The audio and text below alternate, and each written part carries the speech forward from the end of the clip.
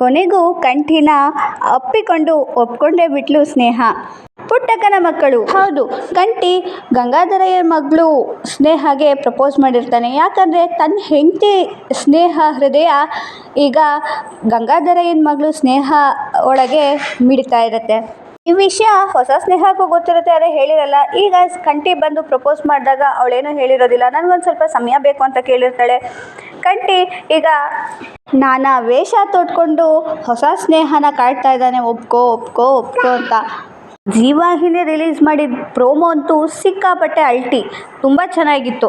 ಆದರೆ ನಾಳಿನ ಸಂಚಿಕೆ ಏನಪ್ಪ ಅಂದರೆ, ಹೊಸ ಸ್ನೇಹ ಕಂಠಿ ಸಾಹೇಬ್ರನ್ನ ದೇವಸ್ಥಾನದ ಹತ್ರ ಬರೋಕ್ಕೆ ಹೇಳಿರ್ತಾರೆ. ಅಲ್ಲಿಗೆ ಕಂಠಿ ಬಂದು ಏನು ಬರೋಕ್ಕೆ ಹೇಳಿದ್ರಂತೆ ಅಂತ ಕೇಳಿದಾಗ, ಉತ್ತರ ಬೇಡವಾ ನಿಮಗೆ ಅಂತ ಕೇಳ್ತಾಳೆ. ಅದಕ್ಕೆ ತಾನೇ ಕಾಯ್ತಾ ಇರೋದು, ಹೇಳಿ ಅಂದಾಗ, ಎಲ್ಲಿ ಪ್ರಶ್ನೆ ಕೇಳಿದ್ರು ಅದೇ ಜಾಗಕ್ಕೆ ರಾತ್ರಿ 8 ಗಂಟೆಗೆ ಬನ್ನಿ, ನಾನು ನಿಮಗೋಸ್ಕರ ಕಾಯ್ತಾ ಇರ್ತೀನಿ ಅಂತ ಹೇಳ್ತಾಳೆ. ಕಂಠಿ ಕೂಡ ಸ್ನೇಹಗೆ ಪ್ರಪೋಸ್ ಮಾಡಿದ ಜಾಗಕ್ಕೆ ಹೋಗಿ ಅವಳಿಗೋಸ್ಕರ ವೆಯ್ಟ್ ಮಾಡ್ತಾ ಇರ್ತಾನೆ. ಸ್ನೇಹ ಬರ್ತಾಳೆ. ನಾನು ಸಿಕ್ಕಾಪಟ್ಟೆ ಯೋಚನೆ ಮಾಡಿದೆ, ತುಂಬ ಯೋಚನೆ ಮಾಡಿದೆ, ಆದರೆ ಇದಕ್ಕೆ ಯಾಕೋ ನನ್ನ ಮನಸ್ಸು ಒಪ್ತಾನೇ ಇಲ್ಲ ಅಂತ ಹೇಳ್ತಾಳೆ. ಕಂಠಿಗೆ ಬೇಜಾರಾಗಿ ಹೋಗುತ್ತೆ. ಅವಳು ಒಪ್ಕೊತಾಳೆ ಅಂತ ಬಂದಿರ್ತಾನೆ, ಆದರೆ ಇವಳು ಒಪ್ಕೊಳ್ಳಲ್ವಲ್ಲ ಅಂತ.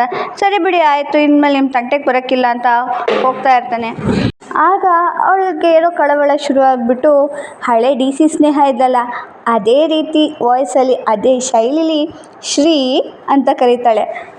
ಕಂಠಿಗೆ ತುಂಬ ಖುಷಿಯಾಗಿ ಹೋಗುತ್ತೆ. ಶ್ರೀ ಅಂತ ಕರಿತಿದ್ದು ಅವಳು ಹೆಂಡತಿ ಮಾತ್ರ.